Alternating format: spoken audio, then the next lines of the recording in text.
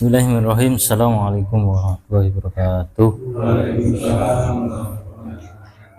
Alhamdulillah, wassalatu wassalamu ala rasulillah wa ala alihi wa ashabihi man wala.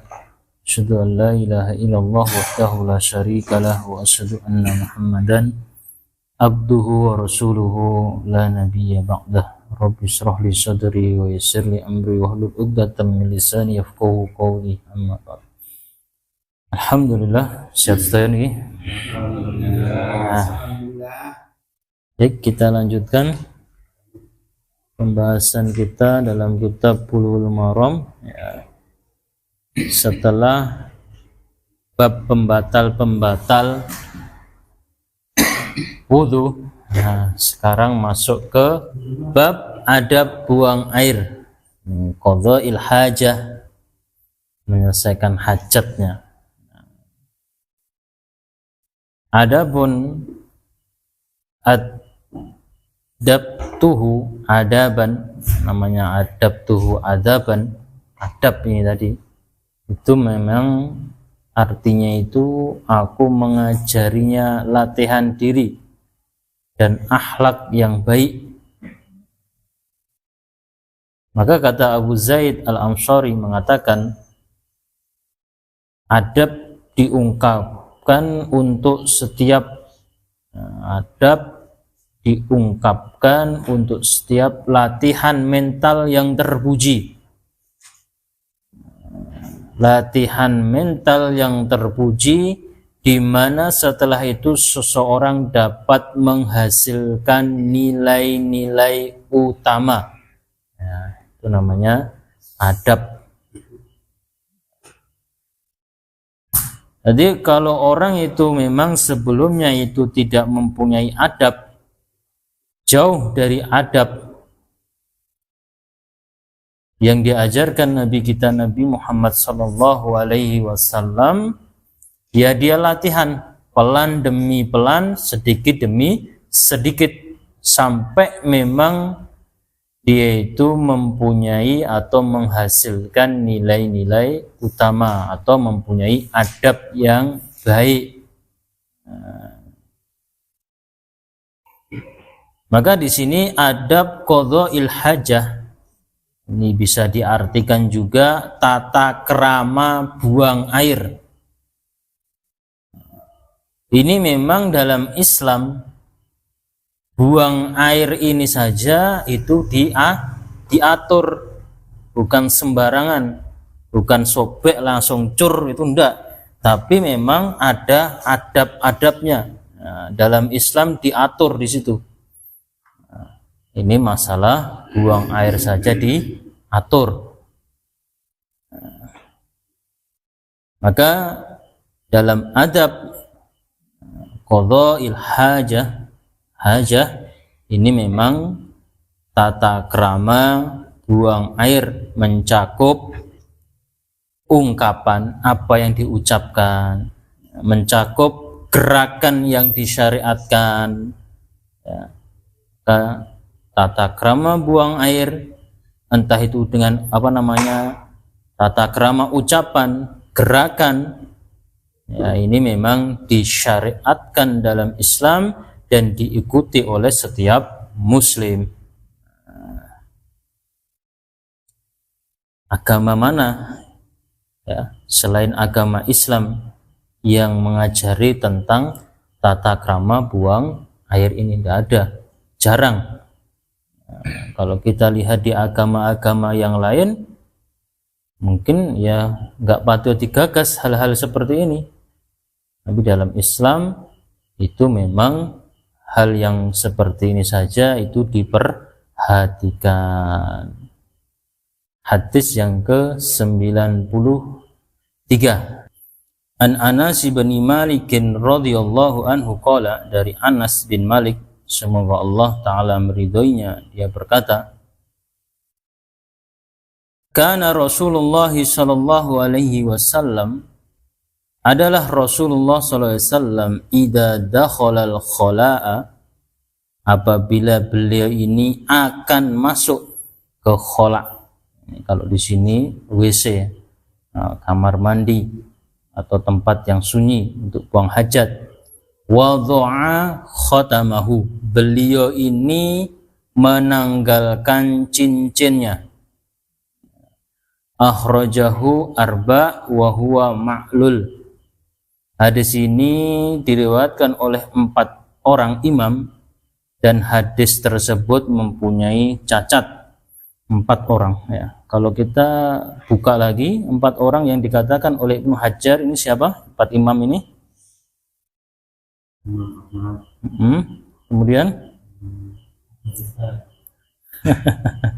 ya, kalau rawahu as-sab'ah, kata Imam Ibnu Hajar di kitab beliau ini, itu adalah kalau sab'ah 7 itu Imam Ahmad, Bukhari, Muslim, Abu Dawud, Tirmizi, Nasa'i dan Ibnu Majah. Kalau rawahu sittah 6, imam yang ke-6 dikeluarkan oleh imam yang 6, ini 7 imam selain Ahmad, berarti Bukhari, Muslim, Abu Dawud, Tirmidzi, Nasa'i, Ibnu Majah. Kalau rawahul khamsah, ini diriwayatkan 7 imam selain Bukhari, Muslim. Jadi siapa? Nah, terus Abu Dawud, Tirmidzi, Nasa'i, Ibnu Majah. Kalau arba ini diriwayatkan 7 imam selain Ahmad, Bukhari dan Muslim. Berarti Abu Dawud, Tirmidzi, Nasa'i, Ibnu Majah. Maka tentang hadis ini memang hadis tersebut mempunyai cacat. Namun sebagian ulama memang ini berbeda pendapat. Yang pertama Ibnu Hajar, penyusun kitab ini, beliau mengatakan yakni ditaksis oleh Al-Habir mengutip At-Tirmizi, Ibnu Hibban, Al-Munzir dan Al-Qushairi dalam kitab Al-Istikhraj menilai hadis ini sahih. Hajar. Kemudian Imam Asyuyuti itu lebih berpegang pada nilai sahih dalam buku Al-Jami' As-Shahir. Artinya hadis ini memang diperselisihkan. Ada yang mengatakan ada cacat, ada juga yang mengatakan hadis ini sahih. Karena Rasulullah SAW idza dakhala al-khala'a, dakhala di sini itu artinya di situ akan masuk, belum masuk ya. Idza dakhala itu akan masuk ke, kalau di sini ke WC atau ke kamar mandi atau tempat yang sunyi, tempat untuk buang hajat. Arti idza dakhala di sini akan masuk, belum masuk. Ini sebagaimana di dalam surat An-Nahl ayat yang ke-98 dikatakan di situ, A'udzubillahi minasyaitonirrajim, fa idza qara'tal Qur'an fasta'id billahi minasyaitonir rajim. Maka artinya apabila kamu membaca, artinya bila kamu akan membaca Al-Qur'an, maka fasta'id billah, hendaknya kamu meminta perlindungan dari Allah, perlindungan kepada Allah minasyaitonir rajim, dari setan yang terkutuk. Artinya kalau kita mau membaca Al-Qur'an itu memang disunnahkan atau dianjurkan untuk membaca ta'awud, a'udzubillahi minasyaitonir rajim. Begitu pula dengan idza dakhalal khala'a di sini. Artinya kalau orang itu akan masuk, belum masuk ya, akan masuk ke WC atau tempat buang hajat, itu Rasulullah SAW wado'a khotamahu, beliau ini menanggalkan cincinnya, artinya melepas cincinnya, tidak dibawa masuk ke dalam WC. Ada apa dengan cincin Rasulullah SAW? Maka kata Ibnu Katsir menjelaskan bahwa khotam, cincin Rasulullah SAW ini terbuat dari perak. Dan yang kedua, cincin Rasulullah SAW ini terukir di dalamnya itu kalimat Muhammad Rasulullah. Maka di riwayat dari Anas bin Malik dikatakan di dalam kitab Bukhari maupun Muslim, kataban Nabi sallallahu alaihi wasallam kitaban. Nabi Muhammad sallallahu alaihi wasallam pernah menulis atau ingin menulis. Au arada ayaktub. Beliau ini memang akan menulis, pernah menulis atau ingin menulis. Ini rawinya agak ragu-ragu. Faqila lahu innahum la yaqra'una kitaban illa mahtuman. Mereka tidak membaca kitab kecuali dicap. Kemudian beliau mengambil cincin, fattakhadha khatama min fiddah, mengambil cincin dari perak, naqsuhu Muhammadur Rasulullah, dan cincin itu terukir nama Muhammad Rasulullah SAW. Ka'anna unduru ila bayadihi fi yadayhi, seakan-akan saya melihat putih tangan beliau. Maka para ulama sepakat bahwa cincin memang diperbolehkan itu yang berupa perak, itu boleh. Kalau laki-laki haram, ya boleh. Maka di sini Rasulullah SAW itu menanggalkan cincinnya, melepas cincinnya dengan sebab apa? Ada tulisan Muhammad Rasulullah. Di situ ada kalimat Rasulullah, utusan Allah, ada tulisan Allahnya. Maka yang cincin ini, Masya Allah, dalam cincin pun Rasulullah SAW juga mengatur, ya. Kita lihat masalah cincin ini, ya. Kana khatimun Nabi sallallahu alaihi wasallam fi hadhil khatim. Dia ada orang mengartikan khataman Nabi ini sebagai cincin. Padahal Nabi sallallahu sebagian, ya, ada yang mengartikan itu khatam, bukan Nabi itu khatamul anbiya, penutup sekalian alam, bukan, tetapi Nabi itu cincin diartikan dengan cincin. Berarti ada Nabi setelah Nabi Muhammad. Ini yang dipakai orang-orang sing mengaku nabi palsu. Karena khatimun Nabi sallallahu alaihi wasallam, Nabi sallallahu alaihi wasallam itu biasa mengenakan cincin di sini, di hada, wa asara ilal hisari min yadihil yusra. Mungkin Anas berisyarat pada jari kelingking di tangan sebelah kiri. Kelingking ini, ya. Ya, terus. Jadi Rasulullah SAW itu biasa mengenakan cincin di sini, artinya di jari kelingking ini. Hadis riwayat Imam Muslim. Kemudian yang ketiga, makruhnya membawa sesuatu yang ada nama Allah Ta'ala, Asmaul Husna, nama sifatnya, ke dalam kamar mandi. Ini makruh hukumnya, makruh dia. Namun ahli fikih itu mengecualikan, kecuali memang barang berharga yang bisa disimpan atau ditutupi, boleh. Misalnya dia punya kalung bagi perempuan emas, ada tulisannya, mungkin Abdurrahman atau apa, kan ada Allahnya di situ, sama juga. Kemudian apa namanya, ada nama yang lainnya yang intinya di situ ada nama Allah, ya dilepas, dimasukkan ke tas. Kalau dilepas ditaruhkan keluar, jibowong. Nah, itu untuk hati. Maka kalau makruh secara bahasa itu memang apa yang dibenci. Nah, kalau Imam Qudamah itu mengatakan makruh itu ma tarkuhu khairun min fi'lihi, kata beliau. Kata Ibnu Qudamah itu mengatakan makruh itu adalah perbuatan yang mana meninggalkannya lebih baik daripada melakukannya. Nah, sedangkan kata Bin Bas itu mendivisikan makruh itu menurut para ahli ilmu, kata beliau, adalah sesuatu yang selayaknya ditinggalkan. Nah, akan tetapi pelakunya tidak mendapatkan dosa, namun perbuatan itu dibenci.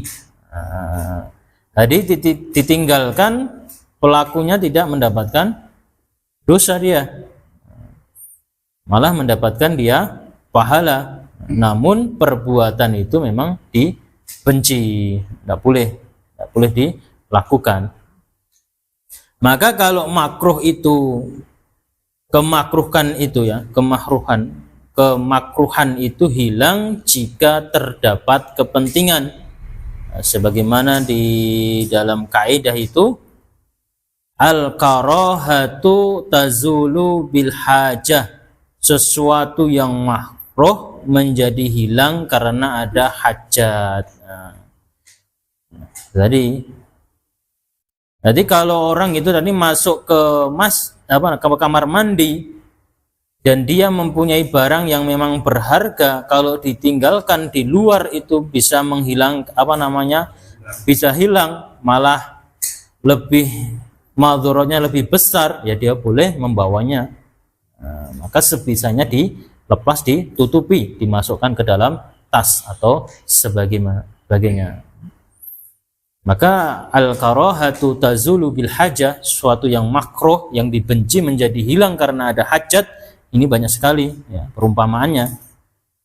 Seperti Rasulullah SAW mengatakan, kana yakrahu naum qabla al-isya' wal hadatsa ba'daha. Rasulullah SAW itu membenci tidur sebelum sholat isya dan ngobrol-ngobrol setelahnya. Nah, ini hal yang dibenci. Namun kalau ngobrolnya itu ada maslahatnya, membicarakan urusan kaum muslimin dan sebagainya, nah ini boleh dia. Atau mencari ilmu atau sebagainya, boleh. Ya, boleh. Begitu pula la ba'sa ayyadu qala khalla aw syai'a ma lam yadkhul khalquhu wa huwa sha'im. Tidak mengapa seorang yang sedang berpuasa itu mencicipi cuka atau sesuatu selama tidak masuk sampai ke kerongkongan. Mencicipi makanan itu maka terlarang bagi orang yang tidak memiliki hajat, kepentingan. Misalnya dia mau ngerasakan makanan, dia tidak ada kepentingan mau ngerasakan, enggak. Kalau enggak ada, ojo dicicipi. Kalau dia ada kepentingan, mungkin pengen ngerasa keki asin atau sebagainya, dirasake, boleh. Habis itu dilepeh, jadi pelek, enggak boleh. Nah, ini kata Ibnu Taimiyah, ini beliau itu mengatakan seperti itu seperti berkumur-kumur saat berwudu, kata beliau. Maka apa tadi?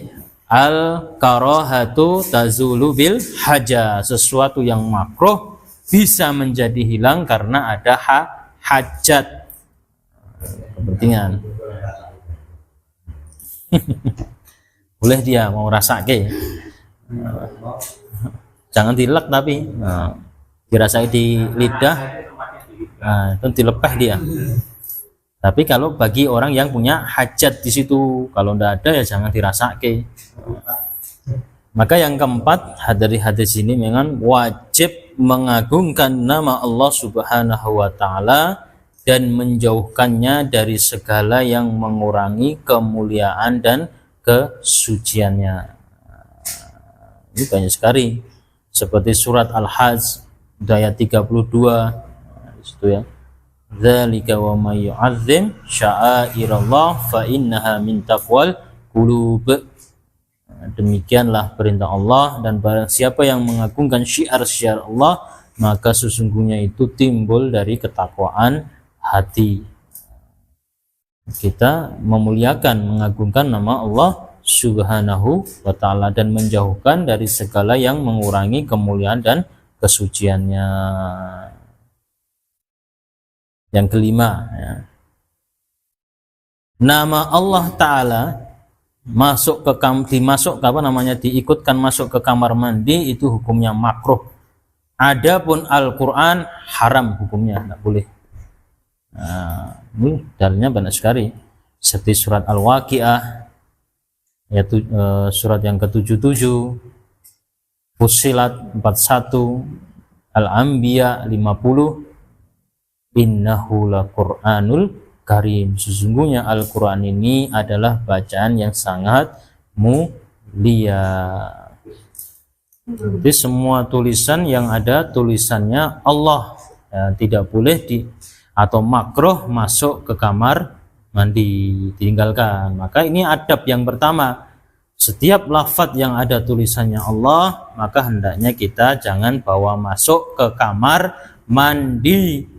Nah, kalau apa namanya HP-nya itu nada dering atau apanya itu pakai ada tulis apa namanya ada Al-Qur'annya, ya dipatein dulu. Pek pateni dulu. Oh wes ngaji kok tangi ya. Nah, Allah itu ditanggalkan, dilepas. Itu adab yang pertama. Oke, kalau ada di situ tulisan Allah, ya disuruh untuk melepasnya. Hadis selanjutnya 94. Wa anhu ini kembali ke atasnya, an Anasin. Wa anhu dan darinya siapa? Anas bin Malik radhiyallahu anhu. Qala, dari Anas bin Malik. Anas ini memang beliau ini khadimir Rasulullah SAW, ya, pembantu Rasulullah SAW. Sejak tahun berapa dia ikut? Yang masih itu, masih ingat? Dulu? 9 atau 8? Pernah? Nah, itu sejak kecil beliau ya. 9 atau 8. Nah, kalau masih suruh biografinya pernah saya sebutkan itu ya. 8. Ya, wa anhu qala, dan dari Anas bin Malik semoga Allah taala meridhoinya, karena Rasulullah sallam adalah Rasulullah sallam itu idza dakhalal khala, masuk ke kamar mandi atau WC, beliau mengucapkan doanya ini. Dakhala di sini belum masuk ya, akan masuk maksudnya. Allahumma inni a'udzubika minal khubusi wal khaba'is. Ya Allah, aku berlindung kepadamu dari syaitan laki-laki maupun syaitan perempuan. Akhrajahu sab'ah, diriwayatkan oleh 7 orang imam. 7 itu siapa tadi?